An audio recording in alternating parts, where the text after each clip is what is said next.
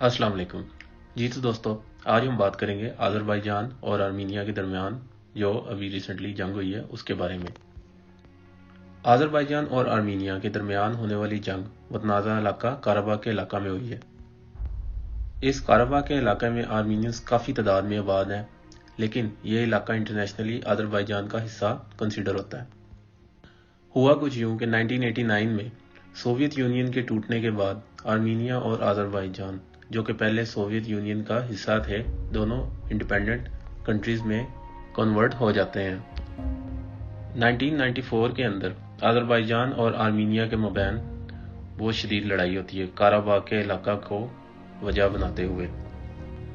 آرمینینز یہ کلیم کرتے تھے کہ کاراباغ کے علاقہ میں ان کی کرسچن آبادی کی تعداد کافی زیادہ ہے، تو لہٰذا اس علاقہ کے حقدار وہ ہیں، جبکہ آذربائیجانیز یہ کلیم کرتے تھے کہ اس علاقہ کے ارد گرد جو اضلاع ہیں ان کے اندر آذربائیجانی مسلم پاپولیشن زیادہ ہے، تو لہٰذا یہ پورے کا پورا علاقہ ان کا ہے۔ 1994 کی لڑائی کے اندر آرمینیا کی جیت اور آذربائیجان کی شکست ہوتی ہے۔ پچھلے 27 سال سے آذربائیجان اپنا چھینا ہوا علاقہ واپس لینے کی کوشش میں تھا۔ لاسٹ سروے جو 1989 میں ہوا تھا اس کے مطابق کاراباغ کے علاقہ میں 77% آرمینینز آباد ہیں، جبکہ 22% آذربائیجانی آباد ہیں۔ لیکن ایک اور مسئلہ جو قابل غور ہے وہ یہ ہے کہ جن 7 اضلاع میں گرا ہوا یہ علاقہ کاراباغ کا علاقہ ہے، ان اضلاع میں 95% آذربائیجانیز رہتے ہیں۔ یعنی ایک طریقے سے دیکھا جائے تو یہ آذربائیجان کے ساؤتھ ویسٹرن سینٹر میں علاقہ موجود ہے۔ سوویت یونین کے دور میں یہ آذربائیجانی اور آرمینینز بڑے پیسفلی اور اچھے طریقے سے اچھے نیبرز کی طرح رہتے تھے۔ 1992 میں آرمینیا اور آذربائیجان کے درمیان میں جو جنگ ہوئی اس کے نتیجے میں تقریباً 7 لاکھ آذربائیجانیز کو یہ کاراباغ کا علاقہ مجبوراً چھوڑنا پڑا۔ فائنلی 1994 میں دونوں ملکوں میں سیز فائر ہوتی ہے اور دونوں نے یہ فیصلہ کیا کہ مذاکرات کے ذریعے اس مسئلے کا کوئی نہ کوئی حل نکالا جائے۔ بات چیت کے دوران دونوں ملکوں کی جانب سے بہت سے پرپوزل سامنے آتے ہیں۔ ان پرپوزل میں ایک پرپوزل 2007 میں دا میڈرڈ پرپوزل کے نام سے سامنے آیا، جس پر دونوں ملک کسی نہ کسی حد تک متفق تھے۔ اس پرپوزل کے کی پوائنٹس کچھ یوں تھے۔ نمبر 1، کاراباغ کے علاقہ کے گرد و نواح کے 7 اضلاع جہاں 95% آذربائیجانیز ہیں، آرمینیا آذربائیجان کو واپس کریں۔ نمبر 2، کاراباغ کے علاقہ کو خود مختار ریاست بنا دیا جائے۔ نمبر 3، ایک کوریڈور بنایا جائے جس سے کاراباغ کا علاقہ آرمینیا سے جوائن کر دیا جائے۔ نمبر 4، مستقبل میں کاراباغ کے علاقہ میں انڈیپینڈنٹ ووٹنگ کروا کر اس علاقہ کے لوگوں کی امنگوں کے مطابق اس علاقہ کا فیصلہ کیا جائے۔ نمبر 5، ریفیوجیز کو واپس ان کے علاقہ میں ری سیٹل کیا جائے۔ نمبر 6، انٹرنیشنل سیکیورٹی علاقہ میں امن و امان قائم رکھے۔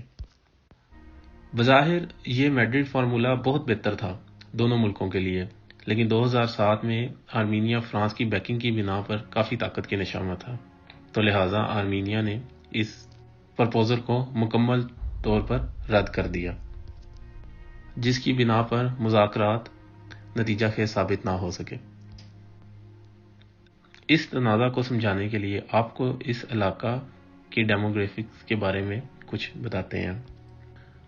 یہ 3 چھوٹی ریاستیں جارجیا، آرمینیا، آذربائیجان، جو کہ پہلے سوویت یونین کا حصہ تھیں، ان کی طاقت کا انحصار ان 3 بڑے ملکوں ایران، ترکی اور رشیا پر ہے۔ جس ریاست کی سائڈ پر یہ 3 بڑے ملک ایران، رشیا اور ترکی ہو جاتے ہیں وہ ریاست مضبوط ہو جاتی ہے، اور جس ریاست کے ان 3 ملکوں ایران، ترکی اور رشیا سے تعلقات اچھے نہیں ہوتے تو وہ ریاست کمزور ہو جاتی ہے۔ 2011 میں رشیا نے بھی کوشش کی کہ آرمینیا آذربائیجان کو 5 اضلاع واپس کر دے اور لڑائی سے اوائڈ کیا جائے، پر آرمینیا یہ بات ماننے سے صاف انکاری تھا، جس کی بنا پر مذاکرات بے نتیجہ ثابت ہوئے۔ پھر آرمینیا نے ایک قدم اور آگے بڑھایا۔ آرمینیا نے کیا کچھ یوں کہ جو ڈسپیوٹڈ ریجن تھا اس کے اندر کنسٹرکشن سٹارٹ کر دی، روڈز، بریجز کنسٹرکٹ کیے جانے لگ پڑے، تاکہ اس ڈسپیوٹڈ ریجن کو مین لینڈ آرمینیا سے کنیکٹ کیا جائے۔ اور صرف یہی نہیں بلکہ آرمینیا نے اپنی کرنسی کے نوٹ پر کاراباغ کے تاریخی مقامات کی پکچرز لگانی شروع کر دی، محض یہ ثابت کرنے کے لیے کہ یہ علاقہ صرف اور صرف آرمینیا کا ہے۔ آرمینیا کے یہ اقدام خطے میں جنگ کا خطرہ بڑھانے لگے۔ آذربائیجان کو بھی اندازہ ہو گیا کہ مذاکرات کا کوئی فائدہ نہیں، اگر انہیں اپنا یہ کھویا ہوا علاقہ واپس لینا ہے تو انہیں عملاً کچھ نہ کچھ کرنا ہوگا۔ لہٰذا اکتوبر 2020 میں آذربائیجان نے آرمینیا پر حملہ کر دیا۔ دونوں طرف سے لڑائی شروع ہو گئی۔ رشیا آرمینیا کا ملٹری الائے ہے اور رشیا کی ایک ملٹری بیس بھی آرمینیا میں ہے، تو لہٰذا ایکسپیکٹ کیا جا رہا تھا کہ رشیا آرمینیا کی مدد کو ضرور آئے گا۔ لیکن رشین صدر پیوٹن نے آرمینیا کی ہیلپ کرنے سے انکار کر دیا اور یہ کہا کہ آذربائیجان ڈسپیوٹڈ علاقہ پر حملہ آور ہوا ہے، نہ کہ وہ ڈائریکٹ آرمینیا کی مین کنٹری پر حملہ ہوا ہے۔ رشیا کی مدد نہ کرنے کی ایک اور وجہ یہ بھی تھی کہ آرمینیا کے وزیر اعظم کا جھکاؤ پچھلے کچھ عرصہ سے ویسٹرن کنٹریز فرانس، یوکے اور امریکہ کی طرف تھا، جو رشیا اپنے آپ کے لیے کسی خطرہ سے کم نہیں سمجھتا۔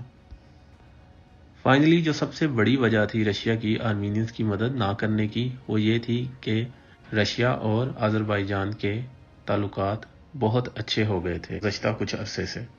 ایک اور ملک جو آرمینیا کا غیر سرکاری طور پر اتحادی ہے وہ ایران ہے۔ اس کی وجہ یہ ہے کہ آذربائیجانیز کی ایک بڑی تعداد ایران کے شمال میں آباد ہیں، اور یہ آذربائیجانی جو ایران کے شمال میں آباد ہیں یہ بھی چاہتے ہیں کہ وہ آذربائیجان سے کنیکٹ ہوں، یعنی آذربائیجان کے ساتھ رہیں۔ ایران یہ جانتا ہے کہ اگر آج آذربائیجان آرمینیا سے اپنا علاقہ واپس لے لے گا تو کل کو آذربائیجان ایران سے بھی اپنے علاقے جہاں پر آذربائیجانیز کی تعداد زیادہ ہے واپس ڈیمانڈ کرے گا۔ لہٰذا ایران نے آرمینیا کی مدد کی کوشش کی اور کچھ ہتھیار بھی آرمینیا پہنچائے، اور سرکاری طور پر ایران نے اس طرح کی خبروں کی تردید کر دی، کیونکہ ایران جانتا ہے کہ ایسے اقدام سے ایران کی مسلم پاپولیشن ایرانی گورنمنٹ کے خلاف ہو جائے گی۔ ان وجوہات کی بنا پر ایران بھی آرمینیا کی مدد سے پیچھے ہٹ گیا، اور ایران کے صدر روحانی نے آذربائیجانی صدر کو یقین دلایا کہ وہ آرمینیا کی بجائے آذربائیجان کا ساتھ دے گا۔ اب ترکی کی طرف آتے ہیں۔ ورلڈ وار 1 کے بعد آذربائیجان اور آرمینیا دونوں ترکی سے الگ ہوئے تھے۔ آرمینیا سے ترکی کے کبھی بھی تعلقات اچھے نہیں رہے۔ ورلڈ وار 1 میں بھی آرمینینز نے برٹش اور فرانس کا ساتھ دیا اور ترکی کے اگینسٹ لڑائی لڑی۔ اس کے برعکس آذربائیجان شروع دن سے ترکی کا اتحادی ہے۔ ترکی اور آذربائیجان میں بہت سی میوچل انویسٹمنٹ پروجیکٹس آلریڈی چل رہے ہیں کہ آذربائیجان ترکی کو گیس سپلائی کرتا ہے اور اسی طرح ترکی آذربائیجان کو ہتھیار سپلائی کرتا ہے۔ ابھی ریسنٹلی ترکی نے اپنے جدید ڈرونز آذربائیجان کو دیے ہیں، جو مین وجہ بنی ہے آرمینیا کی شکست کی۔ ان شارٹ آپ یہ سمجھیں کہ ترکی آذربائیجان کو ہمیشہ سپورٹ کرتا آیا ہے اور آج بھی آذربائیجان کی بیک پر کھڑا ہے۔ آرمینین پرائم منسٹر نے فرانس کے پریزیڈنٹ میکرون کو خوش کرنے کے لیے یہ بیان دیا کہ ہمارے بہت سے علاقے ترکی میں ہیں جو ہم آنے والے وقت میں واپس لیں گے۔ یہ آرمینیا کی بہت بڑی غلطی تھی، جس کی بنا پر پریزیڈنٹ رجب طیب اردوغان نے اوپنلی آذربائیجان کی مدد کرنے کا اعلان کر دیا۔ مختصراً یہ کہ آذربائیجان کے تعلقات ایران، ترکی اور رشیا سے آج کی تاریخ میں بہت شاندار ہے، لہٰذا آذربائیجان بہتر پوزیشن میں تھا آرمینیا پر حملہ کرنے کے لیے۔ آذربائیجان نے اس موقع سے بھرپور فائدہ اٹھایا اور آرمینیا پر حملہ کر دیا۔ حملہ اتنا شدید تھا کہ پچھلے 48 گھنٹوں میں آذربائیجان نے آرمینیا کے 33 ٹینکس، 36 آرمی ٹرک، 1 ریڈار، درجنوں جیپس اور 6 بڑی توپیں تباہ کر دیں۔